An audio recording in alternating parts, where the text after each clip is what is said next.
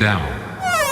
Hello, everyone, and welcome to MakerDAO Meet Your Delegates meeting number 2, the meeting in which we, get to speak to people who want to be recognized delegates in MakerDAO and ask them questions and make them feel uncomfortable. So I'm joined by a bunch of people. I'm joined by 2 more of our recognized delegates, one Tim.Black and one Planet X. So the format of these meetings is the delegates have, we'll take a few minutes to sort of discuss their sort of platform, like what they care about within MakerDAO. Then we have, like sort of 15 to 20 minutes, maybe a little longer for questions. We have 2 delegates who are going to fit in for the hour. Let's get started, I guess. Tim, do you want to introduce yourself? Actually, before he hopped on, we would like to have Planet X go first. I prepared slides, so he wanted to be the first one. Sure, go for it, Planet, no problem. All right then. Let's get started. No slides for me. Yes, please allow me to introduce myself. I'm Planet X, a full-time crypto investor from Norway, and I want to be a delegate. First, a little bit about me. I've been in crypto since 2014, and I've been a Maker investor since 2016. Regarding name Planet X, I'm not really anonymous. I just have a strange sounding Norwegian name. So when I found crypto, I just chose to call myself Planet X, and I have stuck with that since then. So in Maker since 2016, why have I held on to this so long? If in crypto, 5 years is a complete geological epoch. The short and simple explanation for that is I believe Maker, due to the ability to mint a stablecoin, has just a fantastic potential for growth. That's the first thing. And second, business-wise, Maker has a natural moat around its business that is very rare in crypto, actually, and I don't see many other projects that have it. And third is the community itself. I believe the community is large enough, it's smart enough, and active enough not to be outflanked by developments elsewhere. And if something comes in from the blind side, I believe the communities also can respond quickly enough. So to conclude on why I am involved with Maker, I believe Maker is an evergreen investment and will continue to be so for many, many years. There are, of course, other reasons as well, such as Maker being among the DAO pioneers. And just making this type of organization work is, of course, very interesting. All right. So with regards to Maker governance, I will simply quote my own delegate profile here. I believe in 2 things with regards to Maker. That is, Maker has to scale and Maker has to function. Now, needless to say, it's not going to scale unless it first functions. So with functionality, I mean directions or methods of doing things that if you leave it untouched, this will not damage Maker in the foreseeable future. So I'm not a perfectionist. I'm after a good enough approach. So things that I regard as important, that is governance overhead, organizational focus. That has to be worried. This is also why I believe we need to research some nurture rather, softer aspects like community spirit and culture. The goal here is to build a community capable of continuously attracting talent. Now, I can, okay. with regards to that was functionality, with regards to scaling, I'm simply an out of the closet, shameless scaling enthusiast. When I refer to scaling, I do not mean to settle for 1 or 2 types of collateral onboarding per month. I want systems capable of handling hundreds and eventually thousands of applications per month. And naturally, this is not doable just by adding people, but you need more than that. And that's why I'm a big fan and a big believer in things like automation, incentives, scaling. I didn't put it on my on the profile delegate, but an additional important topic with Maker is probably making the organization overall as friction-free as possible. That's why I believe in being quite strict with allowing new core units, because it's a lot easier to say no before they're onboarded than trying to offboard them later. It's going to be much worse. So it's much more, according to my humble opinion, it's better to have a tough filter at the entrance instead of offboarding core units afterwards. Sometimes I'm a bit of an idea producer, so I have a whole little collection of articles on the forum. Most of these articles I write to bounce ideas around and calibrate my own thinking compared to that of the community. So if you're interested in the topics like governance or staking or what separates being a shareholder from being a token holder, you can look up Planet X on the forum and read some articles. So what do you get when you delegate to me? You get a full-time crypto enthusiast, an investor in Maker since 2016. The interest alignment is near total. I'm basically just looking after a substantial investment of mine anyway. I also have a very high attendance rate, have a tendency to vote on more or less everything. Yeah, okay. Conflict of interest, I hold some other crypto as well as in addition to MKR, but the relevant amounts are quite small. I agree to the delegate code of conduct, and I will hereby open up for questions. Cool. Hey, Planet X, thanks for that. That was pretty nice. So recently you've put up a post on the forum with regards to the marketing Marcom's core unit.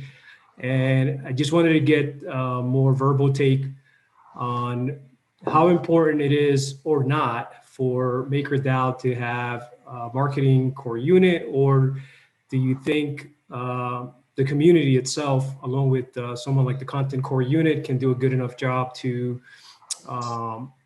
provide that marketing that we need, right? And do you think it is also has to do with maybe, you know, the expenditure of adding another core unit that could be quite expensive? I mean, I just kind of want to get your feeling on that and your thought process when it came to, you know, campaigning against the recent Marcom's core unit campaign. Yes, thank you for that question. Yeah, for those who are not completely involved in the governance of Maker, I can just repeat that the last couple of months, there have been a team, a proposed core unit called Marcom's that first made a one proposal that was rejected and then made a revised proposal that was also rejected. I was one of the interested parties or persons that advised people to vote no. And the reason for that had nothing. Okay, it was partially their budget, which at least initially was way too high and not sufficiently well argumented. But I sincerely believe that they were not professional enough and had, in my opinion, an outdated view of developments in crypto.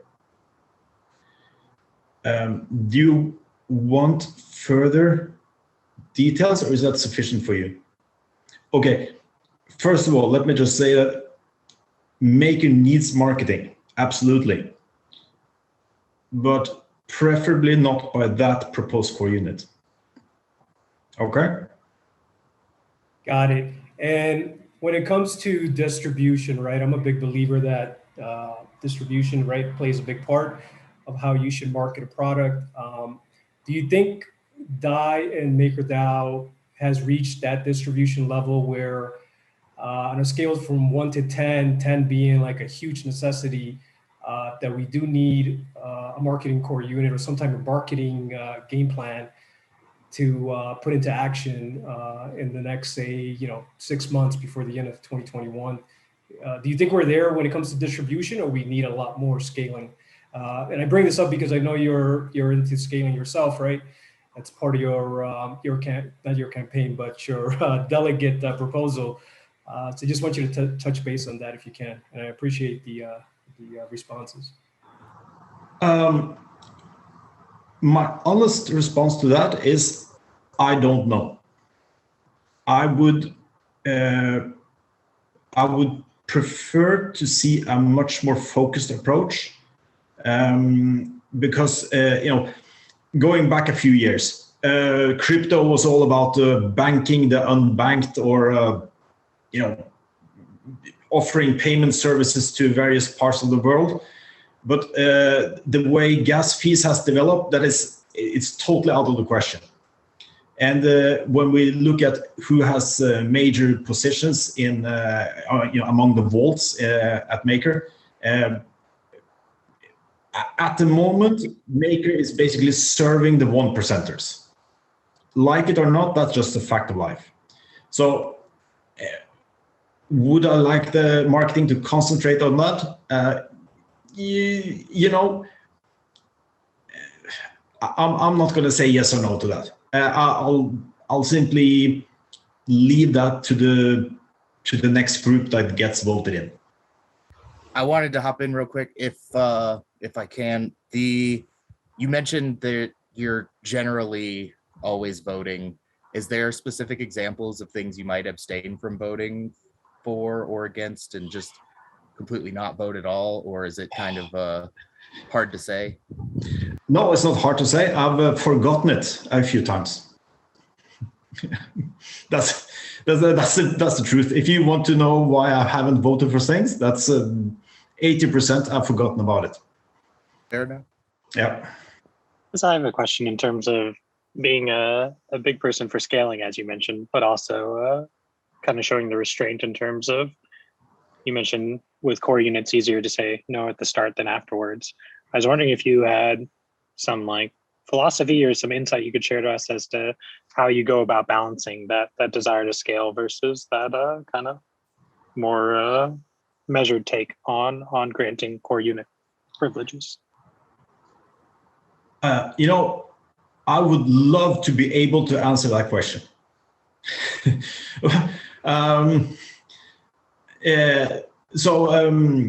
I think the honest answer is so far is mostly gut feeling, and there's also opportunity involved. That presently we really need developers, but I don't think a single real world company has ever gone bankrupt or had major problems because they lacked a marketing team. So I don't really have a precise answer to your question. I would love to have it, but unfortunately I do not. Still think it was a good answer, so thank you. Maybe I can jump in and ask one from the sheet as well. So there's been some discussion in the forum recently around like adding like permission vaults to MakerDAO. So I was kind of curious where you stand on the sort of on the issue of the sort of permission vaults versus permissionless access to stuff, and whether you have strong feelings either way. Yeah, with permissioned, are you talking kick AML permissioned? No, so just like well, I mean, I don't know what you'd call it. I guess not KYC. There was a proposal in the forum about setting up a vault for Nexo, I think. So it was like setting up like making sort of deals with specific companies, right, that might mint a lot of DAI if they can get sort of favorable rates or whatever in vaults. Oh yeah, that post. Okay, purely from an ideological position, I would be inclined to be slightly against, because we are supposed to be for everybody, but in real life we're not.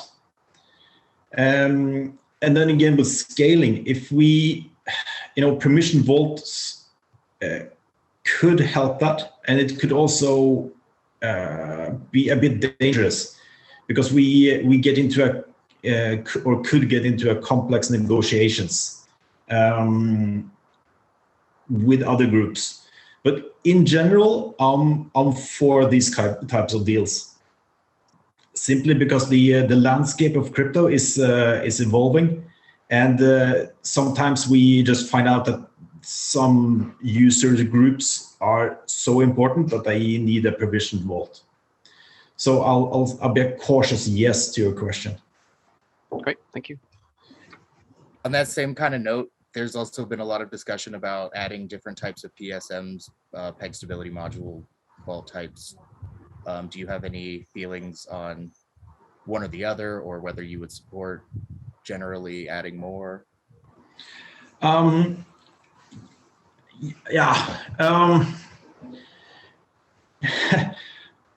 In general, I love the PSM modules. The only stable coin I'm very cautious about is Tether. With regards to the other stable coins, I'm all for about expanding the PSM. It's just necessary. And especially if there ever is a central bank backed cryptocurrency, of course, I want the PSM to deal with that as well. So I think the PSM, that one is here to stay. Does that answer your question? Yes, thank you. Yeah.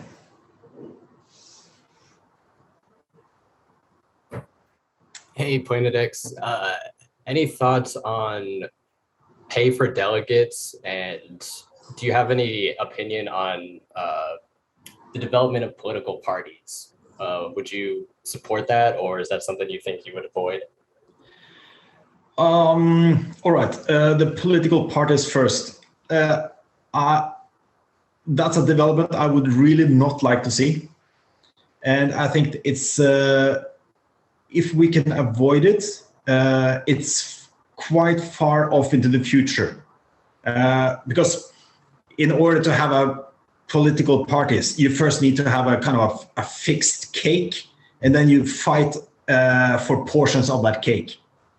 And MakerDAO is growing so fast and will continue to grow so fast for a number of years yet, so that that fixed sum of money to fight for, that is not going to be a topic for quite some time yet. So that was your question on the political parties. Then about delegate pay. Well, yes, I'm for delegate pay. Personally, for me, it is not going to be very good, because it will involve, value-added tax and normal taxes on top of that, as well as accounting. So personally, I'm not really going to profit from this, but there are other delegates as well, and they need to justify the time that they spend on this, and the only way to justify that is to pay them. So yes, delegates will have to get paid. Makes sense. Thanks for clarifying.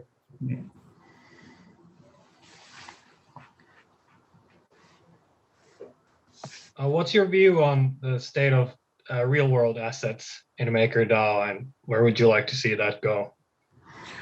Ooh, a good one.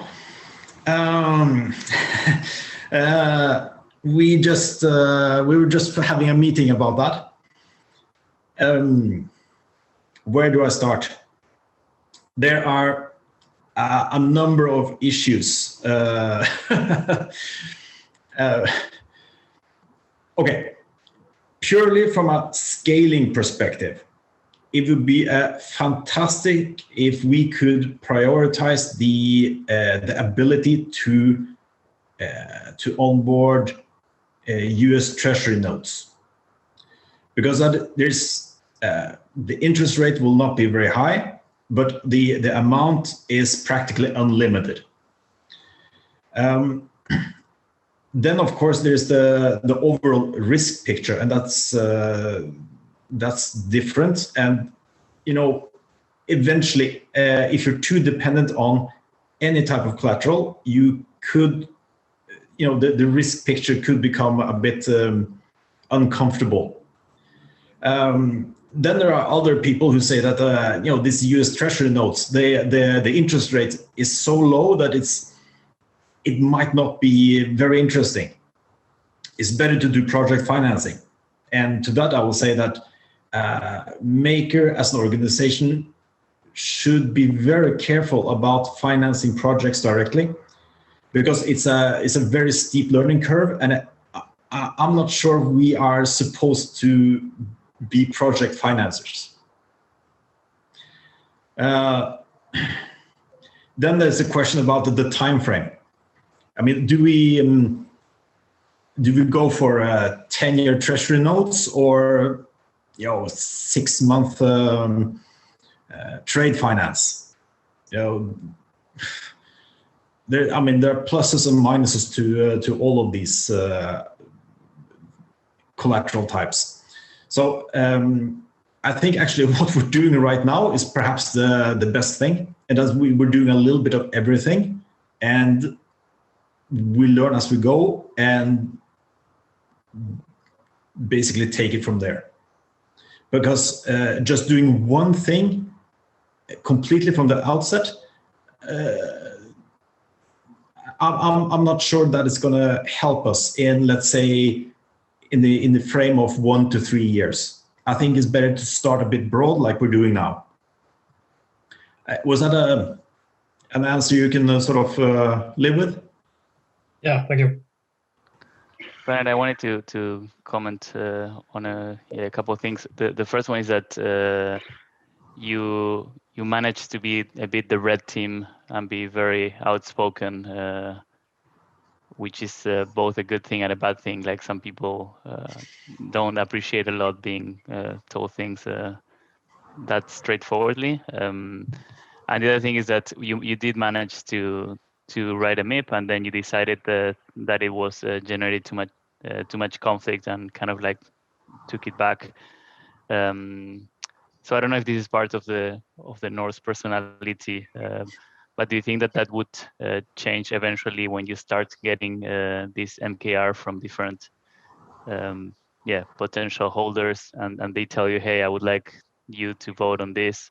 Or is it more like, this is the way I'm going to vote, this is my personality, and I'm going to go ahead with my own red team technique? That's a good question. I have partially cheated on the delegate thing already. So I have an inbox that has fan mail, not so fan mail, and various attempts at vote influencing. So what can I say? Of course, if people want to discuss something, I should in general be available, but I'm not sure how productive that is. But also it brings up out in the real world, the so-called active ownership role, what you call red team, is sometimes it works and sometimes it doesn't work, because if you are a decision maker, sometimes you need to keep a certain distance, and that can partially become problematic. So, I don't have a definitive answer to give you, but there was a question about becoming a politician, and I don't feel like becoming a politician. So as long as I feel like I can add something by just being myself, then I'll stick to that. And if not, I'll see how it develops. Is it possible for the recording to get some definitions of what exactly is red teaming? Because I know that's a bit of a jargony word for some. Juan, you mentioned it first. I thought David was going to do it. I mean, I can. All right, fine. You guys convinced me. All right. So red teaming, well, you can think of it like red team versus blue team, right? And the home team is considered the blue team. That's what we're doing, right? But the purpose of the red team is to disagree and to try to figure out what all the bad things that the red team is, or the blue team is doing. So their role is to, produce constructive criticism. And sometimes that can affect people's emotions.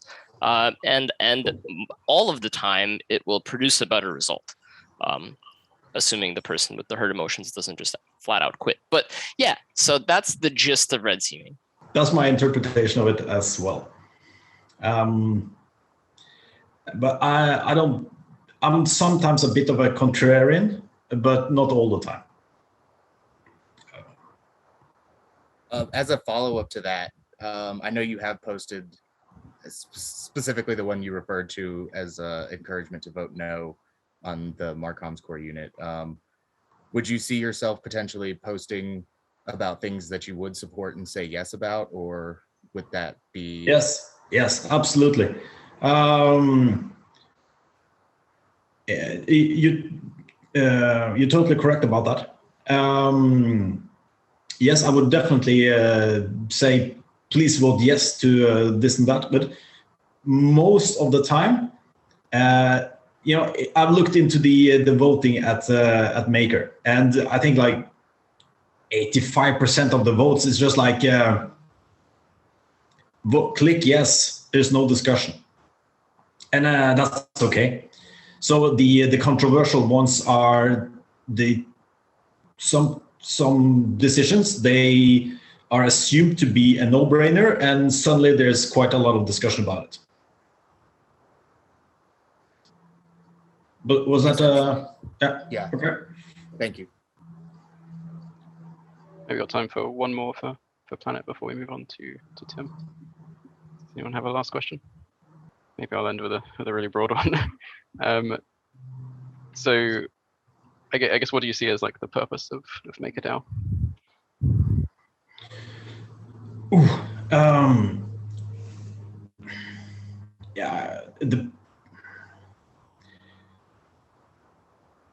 I think it's fantastically hard to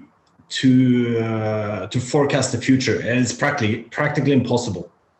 But if Maker could help lowering the cost of capital, that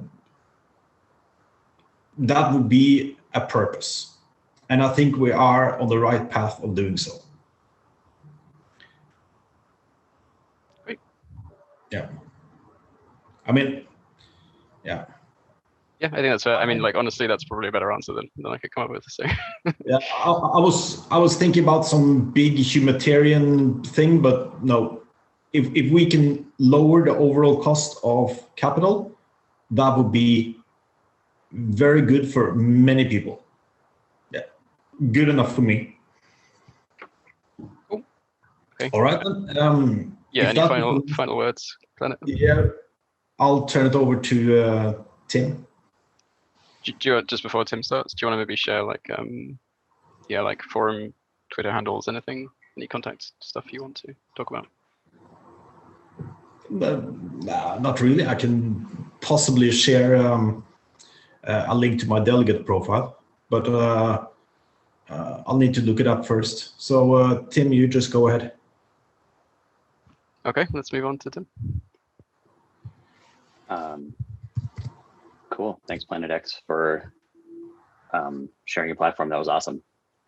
May I have screen sharing permissions? Yes, of course. There you are. Should be able to now. Right. I'll put some slides together to give a visual view to my platform from the forums. Are we full screen now? Somewhat. We could see your tabs, but besides that, yeah. Yeah, you know, now you know how I organize. Cool. So hello, everybody on this call and out in the metaverse of the internet. I'm Tim.Black, presenting my delegate platform here for MakerDAO. I really liked the way Frank did this, so I'm going to do a little bit of a background on who I am and why I'm here, and then get into some values and other such. So like everybody, I feel like it's fun to talk about the crypto journey we all started on. I am old, so I've been in the space adjacently and then gradually more and more involved since 2013. I had my aha moment where I recovered a wallet from seed in 2016. And then I became professionally involved in 2018. You can go to my LinkedIn on my delegate profile. And then also on this slide, I put a little overview of the places I've worked and the roles I've had. Been involved in a variety of companies on the spectrum of decentralization, from a centralized company going from seed to Series B to working for the foundation as a grantee, and 10 years of chasing, being a musician, gigging a lot, being a small business owner, and hustling. I sort of love framing this whole thing as a blend of product, operations, and community. Those are the focuses I'm always trying to continue to think of, learn about, and the lens that I generally take to, well, looking at the universe, I guess.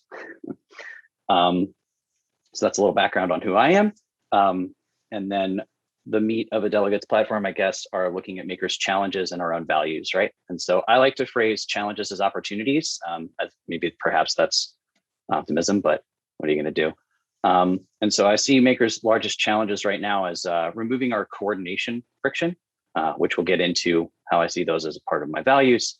Diversifying our supply, no real surprise there. I'm not presenting anything earth-shattering, I think, as a delegate, but still worth mentioning.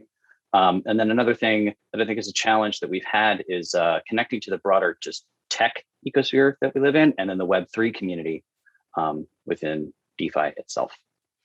And so my first value is one of cautious optimism. You could also call this strategic patience, which is essentially I'd be voting for things that sort of mock or follow the way that PE goes. They ship well-tested, reliable, and space-grade code. And so I would basically vote for more of that. And so the mechanics to that would be for, delaying for more testing, stressing audits, thinking through what we're shipping, not bundling executives. I really liked what happened most recently with the most recent executives. There was really, really thoughtful amount of work put into delaying those and making sure that they matter. I think to be optimistic and patient, I think mechanics matter the most. I am definitely on the side of, I think, all the other delegates that we definitely need some more ilks in our system. But I like to be conservative to see how fast things fill up. And I would also extend that patience into real world assets until there are just more of these companies. As a capitalist first, I love to see competition. So I'm really excited to see what happens there. But really, in a nutshell, cautious optimism is just staying mindful of the threats that come, right? Recognizing that there's competition and celebrating our wins when we can, because there's always going to be another fire to put out. We just have to be thoughtful with each other. Another value that I put up was long-term scalability. This is broken down into sort of 3 bullet points, like growing DAI supply and being diverse in our portfolio. And most importantly, scaling the DAO. You can see these bullet points as sort of free alpha, I guess. But as someone who really wants to see us scale the supply, I think really thinking through how that supply functions. So investing in our growth a little bit more is, I think, a little bit more important. And then I mentioned it earlier, but some of the points on diversifying the portfolio are just really important to our long-term growth. Planet X said it more elegantly than I did, just having hundreds of different types of assets to choose from. And I think that there's, over the next 6 months, going to be an incredible amount of ones to choose from, which is going to be really exciting. I mentioned real world assets, but I think as long as we continue to take the same approach there with watching these companies come in and develop the innovations and walk and then run, I think that's going to be really helpful. I think we'll have a longer discussion about those, I'm sure, later, but there's other technical types of diversity we can look into. There's an incredible amount of things happening with NFTs right now, with services like Fractional coming online. And I just think that inevitably soon there's going to be wrappers that's sort of set price floors and make things a little bit easier to discover. So I'm really excited to see the innovations that come there. But most important to long-term scalability is really scaling the DAO itself. And so I think that there's some ideas here, happy to pursue those with anybody who's interested. But things like moving sort of organizational policies in a more nimble manner, figuring out possibly ways to signal MKR maybe on the forums that are a little bit gas-free or easier to see, for this organizational thing, could we possibly just get at least some consensus from stakeholders? I also think another way to scale the DAO a bit is to do more outreach to other DAOs. I see that a lot of this stuff is coming online already. I know that GovComms has an idea for emissaries or DAO diplomats, as Juan said. I'm really excited to see how that would work. But I think it's really important that Maker is in everybody's minds. That will just lead to a more long-term view of where we are and how we sit within our general ecosystem. I also think it would be really awesome to extend some of our MIPS towards a nimble sort of interim or single purpose DAO team framework. I think small DAOs are exploding right now. Over the past few months, I've seen this in the space in general since I've been in it for so long, but I think there is an opportunity for us to fund, a research team or a couple people who want to do risk, but they have full-time jobs somewhere else, and sort of offboard some of the work that we need to have continual maintenance, but isn't under one milestone. And so, like I said, happy to sort of explore that a little bit more. The final value, I think, that sort of summarizes my point of view is about adaptability, right? I'm a technologist first, right? So I think there are a lot of easy wins that are just sort of sitting around in different ways on the forum. There's a lot of MIP 6s that are stuck, which would be really wonderful to push those through, diversify that supply a bit. But I also really loved the way Sam took the approach to prioritize oak types, similar to the GUni thing when he put up the gelato wrapper for Uniswap positions. Mostly the approach of, we would like to prioritize this thing to free up this type of pressure on the USDC exposure, which I thought was really smart. And another adaptability thing, which is a pipe dream, but I figured I would at least put it in here anyway, is a discussion about the surplus buffer. I believe it was LongForWisdom who first proposed the flapper distributor, but I thought that was a really elegant and wonderful design to sort of get our expenses away from our income into a different bucket. But the most important thing here is really, I think there's a larger discussion and a more elegant way to handle our expenses that we all need to have as a DAO. And so I'm really excited to participate in those discussions. And like I said earlier, if we're thinking about our long-term scalability, funding groups, it'd be really cool to just evaluate the mechanic of burning itself by some sort of outside group. Maybe MIP 55 would be perfect for this one. Not quite sure, but I think it's definitely worth a discussion to think through our mechanics a little bit and upgrade them a bit, which should be really, really interesting. And so values are cool, ideas are great, but we want to put our values to work, right? That's why we're here as delegates. And so should people decide to delegate to me, which I just found out there's at least one in there this morning. So you can sort of expect that I'll try to communicate as best as possible. basically coinciding with an executive, put an update on the forums, probably on Twitter as well, because it'll basically just be a tweet storm. And then ideally give folks who have delegated to me a day in advance to sort of review anything that they might have problems with. I'm serving on their interests. I really want to make sure that I'm capturing everything. And then I tend to be curious, which is a blessing and a curse. So I'll probably reach out to understand upcoming changes if I don't understand them already at a broad stroke, and then abstaining if I don't feel like I can really provide the right value from the vote. But we talked about voting mechanics a little earlier and participation specifically. So we tend to put things up that are really worth voting on. So I'm excited to do some more of that. And then as always, my DMs on Rocket Chat and Twitter are open.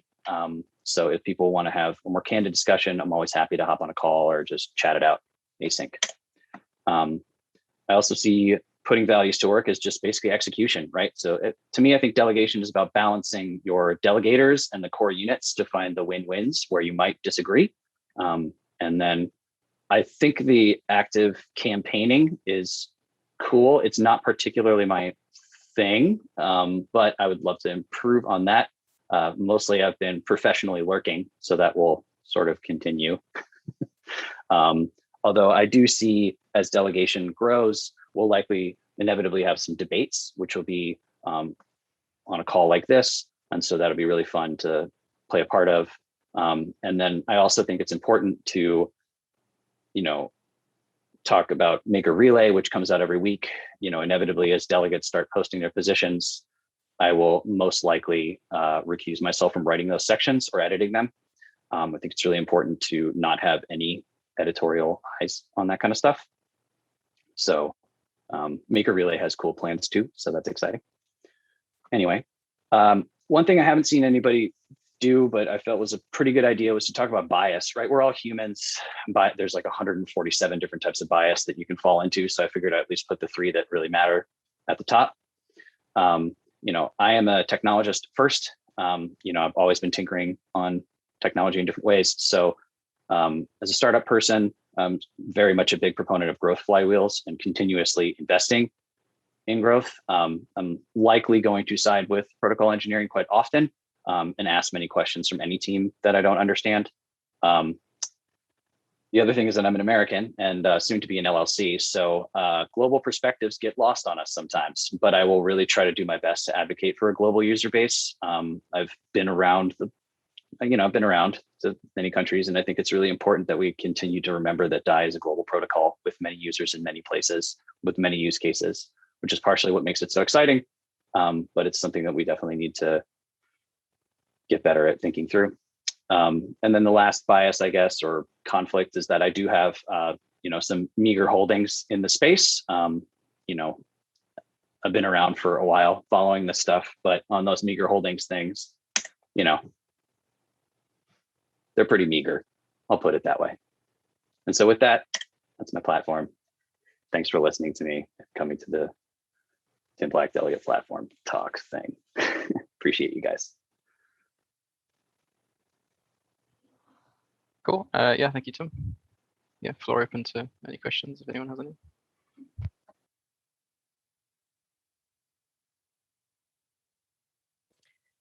In the event that you feel like you don't know enough about a certain vote or like that situation where you said you would abstain, do you feel like that situation, and not just for yourself, but for any delegate, is it necessary to publicly state that you intend to abstain?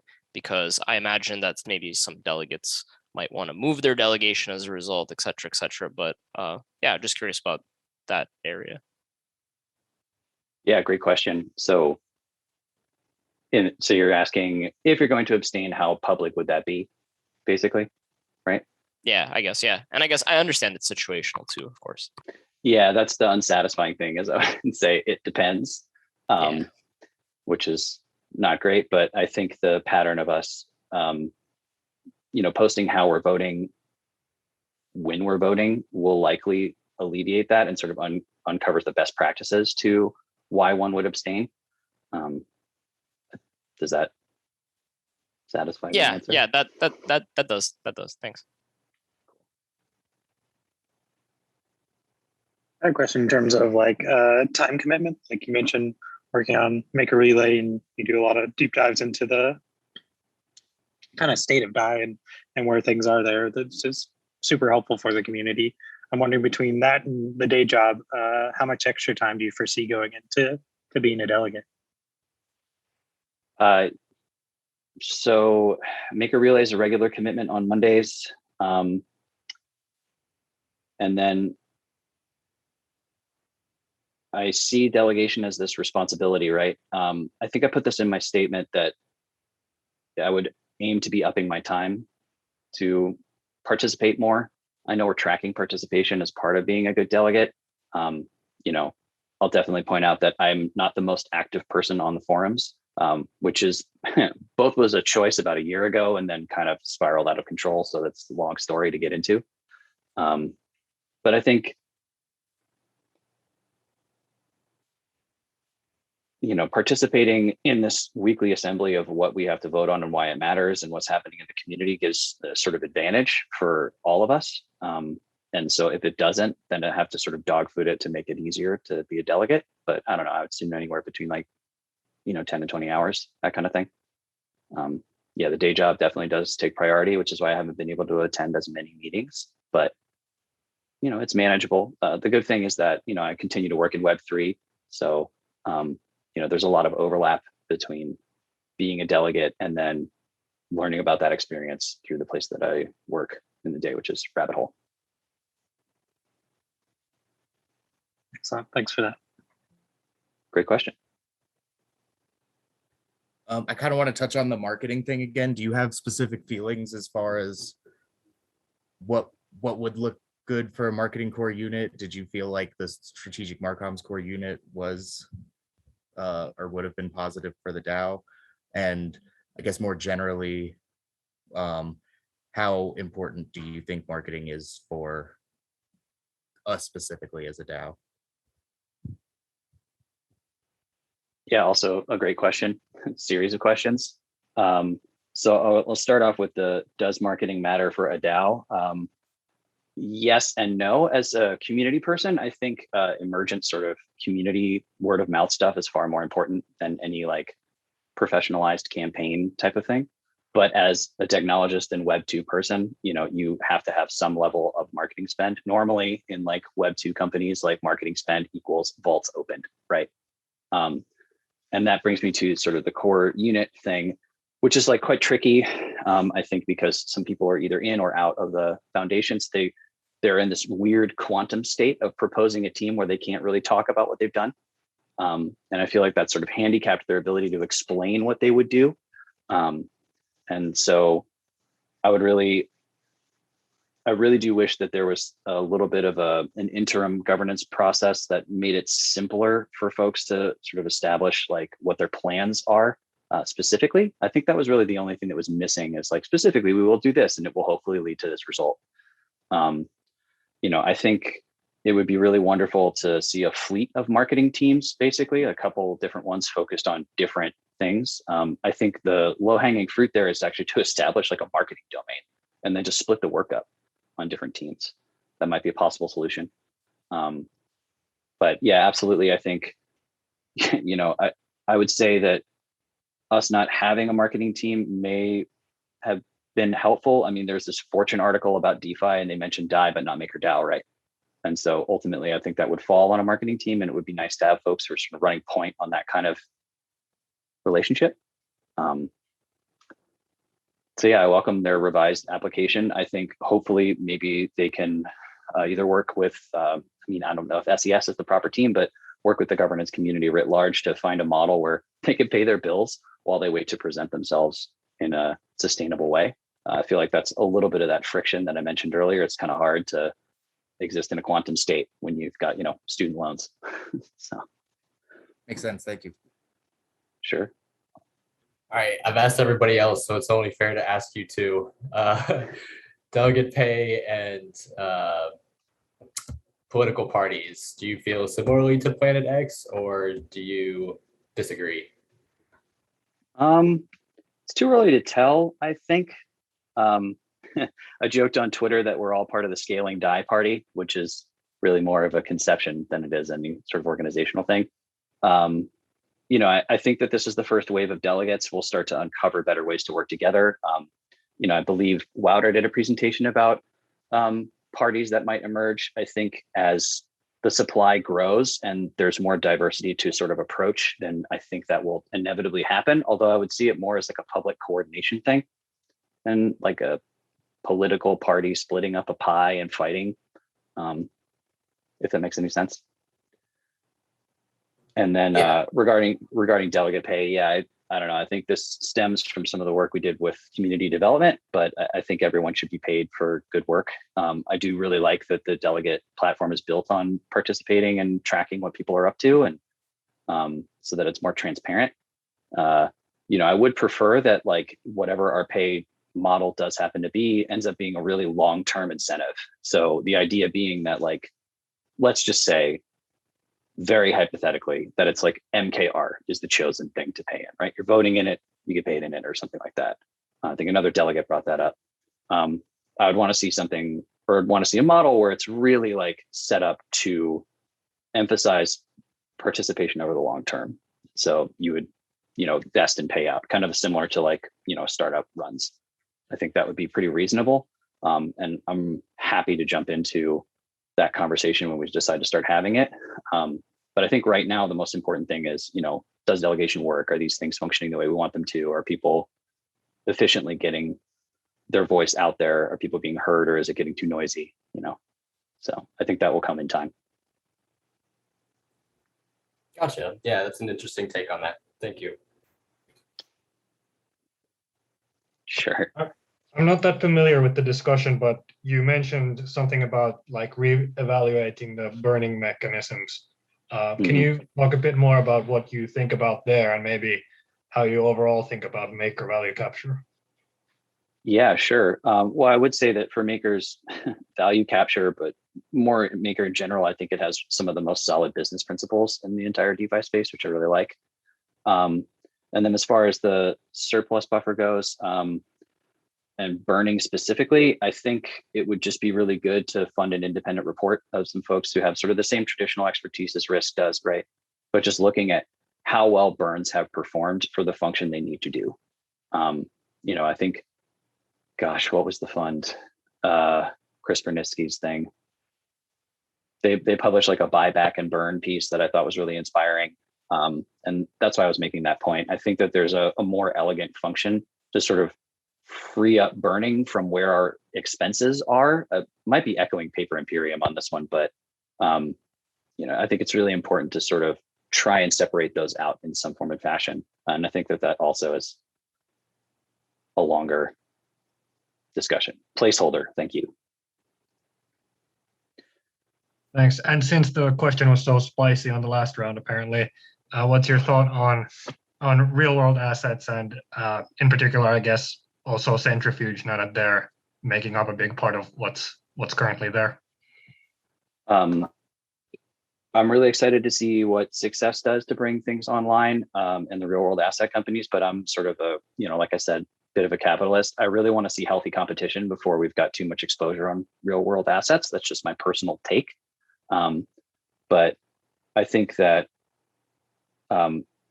Centrifuge has done an incredible amount of work to, function with the governance community. And I think that these are just early experiments into like a sector of the world economy that's just really important for Maker to have exposure to. So I would like to see just more companies come online and take the same approach. And hopefully we can improve the process for that, and the both transparency and like the functionality of it over time. Thank you. Oh, good. I was going to ask if that satisfied the question. Excellent. It's going to have something towards like delegate philosophy. Like, what do you see as your role in the ecosystem? Like, are you there to represent the wants of your people who delegate to you? Are you trying to push for things? Like, in your mind, what does an ideal delegate do, and how will you follow that? How do we be perfect, right, Peyton? Yeah, I think I said this earlier in my slides. I might have rushed through it, but I think it's a balancing act. It's all about communicating why you're voting, right? What you think is important to the protocol. There's going to be times most likely where you might disagree with the folks who've delegated to you, in which case we have that unstaking mechanism, right? Or unlocking. And so I think the ideal delegate just communicates what their position is and why with the parties that are interested, basically. I think hopefully that works. I guess maybe as a follow-up, I guess, do you see the delegates as sort of acting, I guess, in a leadership role for the protocol, or like less so, right? Do you think the delegates should be sort of proposing, direction, proposing like new ideas and that sort of stuff? Do you think they should more be, I guess, taking the lead from the core units, right, and just sort of like, like okaying stuff they propose, right? Yeah, that's a spectacular question too. I think there's a really interesting space between core units and maker holders to sort of inhabit. What that niche's sort of guardrails look like, I don't think are really defined at the moment. And so I think it's going to be an experiment to sort of see how exposing your position and being as transparent as possible leads to that type of interaction.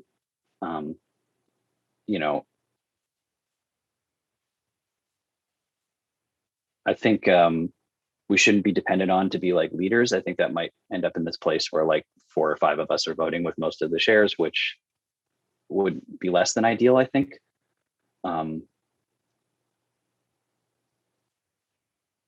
So yeah, I think it's a little bit too early to tell, but they should try to just be as transparent as possible. And I think that that's kind of really what delegation allows us to achieve, right? Like now we have a voice to maker holders, whether it's one person who's a delegate,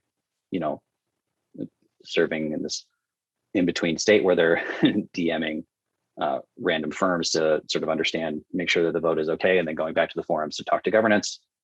We'll sort of see. Okay, sure. But ideally, I think they should be opinionated at least. And then if they want to work with other core units, I think it's definitely worthwhile to recuse themselves from conflicts of interest, right? Yeah, makes sense. Makes sense. Thanks. Yeah, I think that's a great question. Anyone have a final question for Tim, or shall we wrap it up? I wanted to ask you as well. I asked the same question of Planet X in terms of the peg stability modules that have been discussed and the one from Paxos that was posted earlier today.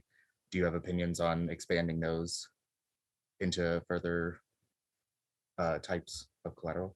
Well, I mean, in short, more collateral good. So I'm always down to, see how those things go. I do think, stable coins as a market DAI is what, like 7 to 10% of the supply out there, like total stablecoin market.